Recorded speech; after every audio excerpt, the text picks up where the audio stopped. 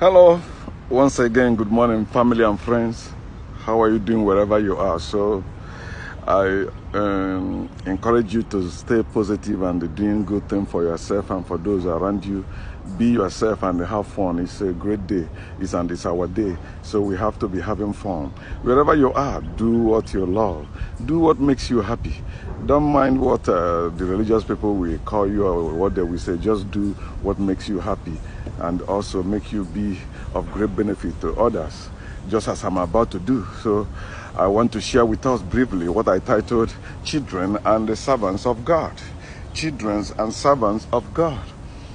So if you say you are a child of God, have you seen the God that you say is your father? You don't care to see your father? Your mother tell you you have a father and you believe you have a father and you don't care to see that father.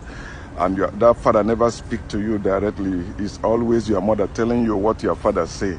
It's always your neighbors telling you what your father say. It's always your other siblings telling you what your father say. But why you can't see that your God, who is your father? And they tell you he's almighty, he can do all things. He's everywhere. But you never see him. You never see him, only in your dream, only in your revelations, only in your trance, only in your prophecy. When will you see that you are God, who is your father? You say you are a child of God. Now, if you are a child of God, you don't supposed to provide for God. You don't supposed to give to God. God's supposed to be your father, taking care of you. Children don't provide for their parents. It is the parents that provide for their children. It's not the other way. It's religion that turn it and not the other way around. Even Paul said that in the Bible. He said it is not children that provide for, that care for the parents. It's parents that care for the children. The only time children can care for their parents if their parents are too old to take care of themselves.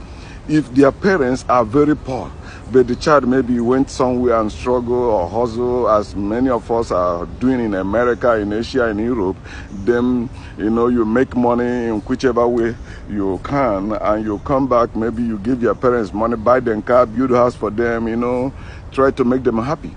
But it don't supposed to be if everything is normal. If they haven't broken our foundation, our culture, our tradition, the way we were living as a people, those things not supposed to be that. Like, it is your parents that are supposed to establish you, not maybe sending you to become a servant for one man or apprentice. Or no, it's your parents that are supposed to establish you. But it's no longer like that. And those our parents are religious people. They follow what the religion turned them to be. Religion turned them to be sheep instead of people. So they said, the Lord is my shepherd. If the Lord is your shepherd, then why are you giving offering to that Lord?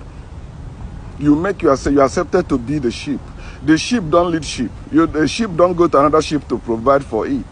If you grow up with your grandmother like I did in my village, Ibubumuchu, my grandmother in those days, when the goats are hungry. When you begin to hear their my grandmother never asked the other one goat, maybe the biggest goat among them, to go and take bring food to give to the other goats. No. It's either ask us, human beings, to do that because we are the shepherds to those goats. Those goats don't go and provide for themselves. It is the people that own the goat that provide for goats. So if God owns you, say he's your Lord. Lord means owner. He said the Lord is your shepherd. In Igbo you said, Jehovah boyena azundeka atoro. What is Jehovah in Igbo? Is Jehovah Igbo language? Jehovah boyena azundeka atoro. Or do you koron while as everything korori? You don't have money to live a good life. You don't have money to even do necessary things in life. Yet you keep claiming Jehovah boyena azundeka atoro. Oh, Jehovah atoro. You have to go and work to make it. If the Lord is your shepherd, why are you going to work to make money or to make anything? He said, no, he gave me free will. Excuse me. So God gave you free will to depend on his will. If he give you free will, then why are you praying to do his will? Why are you saying not my will, but your will be done?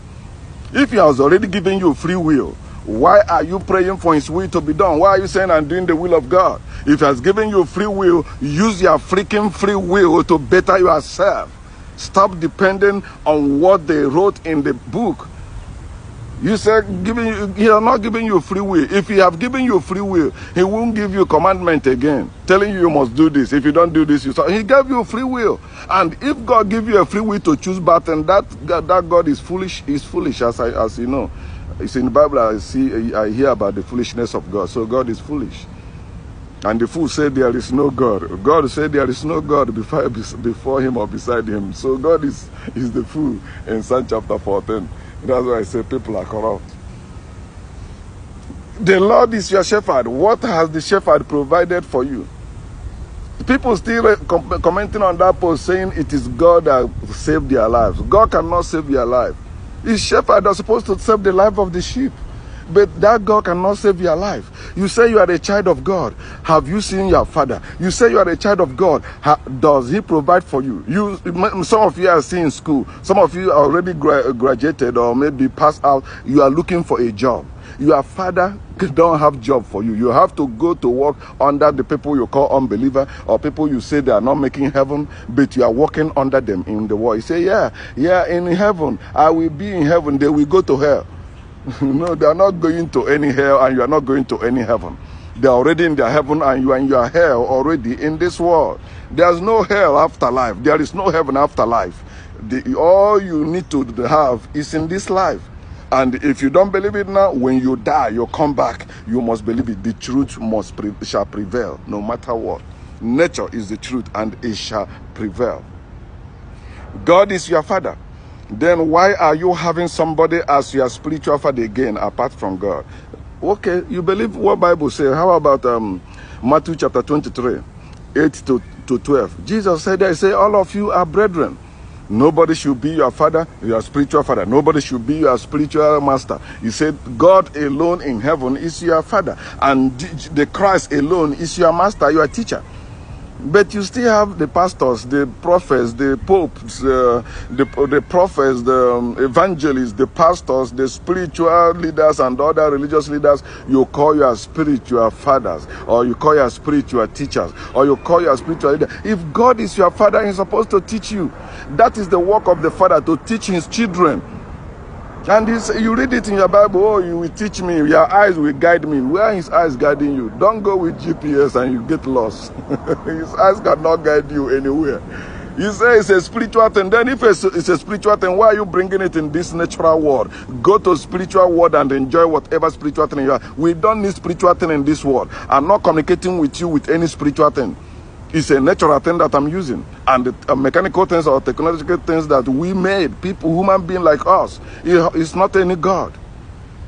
In many years to come, people will begin to say that God is the one that created cell phone or God is the one that created Wi-Fi. You see, people will begin to preach that also. Because that time, maybe many centuries to come, they have forgotten all this about Steve Jobs and all that. Because they keep reversing something, reversing things. So that's why when they ask me who created the sun, I say my ancestors. They say, no, it's not true. Why are you saying it's not true? That's the same way somebody tell you there's one in spring being that created the sun, created heaven and earth. You believe. Have you seen that spring being? But you say it's your father. Then out of fear, you begin to believe, you begin to worship, you begin to pray to somebody you have not seen. That is children. If you are children, all of you are supposed to be brethren. Nobody's supposed to be above you. Nobody's supposed to be your cover. Your cover should be your father. That is the duty of the father. That's why in a family, the father is the last one to go to bed. He will make sure the doors are locked. And the children, everyone, even the wife, their mother, all of them are saved. Then he will go to bed. And in the morning again, he will be the force to get up, stand for his children, stand for his whole family. That's what father does. But you know, they change everything, they destroy everything. Today, fathers are useless to the community. What is father? No. You see Mother's Day and Father's Day, compare two of them and tell me the one that they make money from. So that's the children, right? You say you are children of God, but you are living as slaves under somebody. You are working as slaves. So what is the essence of saying God is your father? Tell me. He's almighty. So what can he do for you? That's children. How about the servants of God? You say you're a servant of God, right? God called you. How do you know you're a servant of God? The God you cannot see, but you say you had a voice. What if you have mental problem? You are hearing voices. It's called hallucination. You are seeing things. You know, you are delusional, you are hallucinating, but you say it's God. You ascribe it to God. When I talk about my calling, because people always say, oh, but you used to preach God. You used to say God called you. I say yes, because I didn't know better that time. That's what I believed. I was trained to believe when you hear certain things in dream or see certain things in dream, it must be God. And I tried to find portions of the Bible to support it. Of course I did. Where did I find? I found Isaiah 32 verse 8. A noble man makes a noble plan by noble this indeed. Then verse 1 tell me, oh, okay. I'm a servant of God. I'm a prince. I'm a noble man. So I start living better life religiously. So as a servant of God, I always use the story of Samuel in the Bible. Remember, it's a story. It's not the truth. It's a story. They stole from our ancestors. The story of Samuel. Samuel had the voice of God, as they said, but he ran to Eli.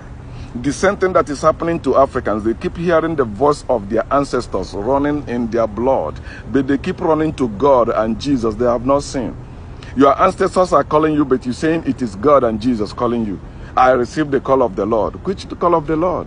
It's not the call of the Lord. It's the call of your ancestors. That blood in you, blood speaks. That's the voice you hear.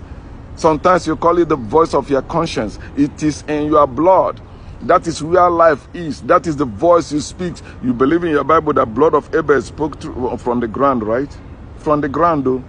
But how about the blood that is in you, not in the ground? The blood of your own ancestors. They are speaking. They are the one calling you. But you are running to God. You are running to Jesus. You have not sinned. Simply because you were indoctrinated and brainwashed to believe there is a supreme being somewhere, and he sent his son to save you from sin you did not commit. They said your mother inherited that sin with your father, and you also inherited that sin. Yet they tell you that he can save you if you just confess and follow whatever they wrote in a book. And they tell you he's alive, he's not dead. So if Jesus is alive, he's not dead, why can't you see Jesus as a servant of God in Christ Jesus, or servant of God in Muhammad or Islam, a servant of God in Judaism? Why can't you see that God? Why can't you see that Jesus? You are claiming to be serving God, children and servants of God. If you are servant of God, why are you serving another man? If God exists, you don't need to serve him, because God is almighty. He can provide for himself. Who are you serving? He said you are doing the will of God.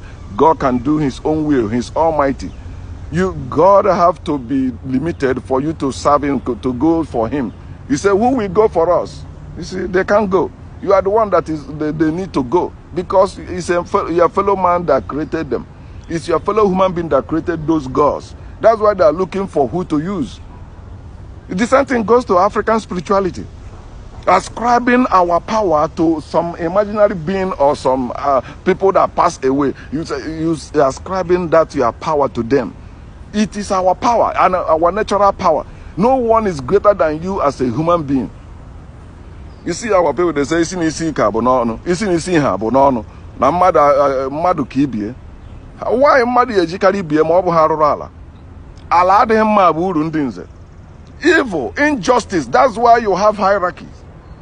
That's what brought about hierarchy. A king ruling over the whole people. That's silly. One man controlling the whole people. And you call it a normal thing. No man is greater than you. That's why no man have two heads. The only one that can be greater than you is the one that will have two heads. But you people can decide, say, this one go and represent us, and he's supposed to be your servant, not you being his servant. He's driving nice car, marrying beautiful wives, and living in nice house, traveling abroad, enjoying his life, and you said he's serving you. You are stupid to believe that. No king is serving me. No president is serving me. They want me to be serving them. I'm not serving them. I follow the law of the land, because they will come and go. But the law of the land, they'll be mending them. So think about it. If God is your father, if God is your Lord, if that God exists, then why are you suffering?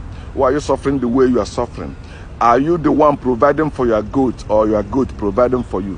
When you want to build your house, do you need your goat to contribute any money for you to build your house? Your goat does nothing. Your sheep does nothing. You are the one, those of us that grew up in the village, in the morning you are the one that will take those sheep to the bush, tie them somewhere for them to be eaten. but the goat stays in the house. So you see, the sheep are the field slaves, and the goat are the house slaves. It's what we experience back home, right? God stay in the house, you know, they make the noise, at least they make something like when you're coming back from school, like that 2 p.m., you hear the goat when you open gate, or when they hear the step, your step, just entering the compound. They know you are around. But the sheep, they are in the bush. You take them out in the bush. They go. You then in the evening you go and untie them. Sometimes you bring them or you unlock. They know the way to the house. They go back. Because sheep are like slaves. Children don't supposed to be providing for their parents unless their parents are sick. Their parents are too weak to help themselves. That's when the parents need help from the children. But the God you say is almighty, you know, God that is sinless, God that is rich, God that can do all things. Why are you the one still providing for his work? Why are you the one providing for his servants? Why can't God provide for you and for his servants? Children and servants of God, wake up and start telling yourself the truth. If that God exists, you won't be working to provide for yourself and for his service. He will be providing for you and forever, and you will live a great life. Think and activate your brain so that you begin to live normal, human, 100% good life. Thank you.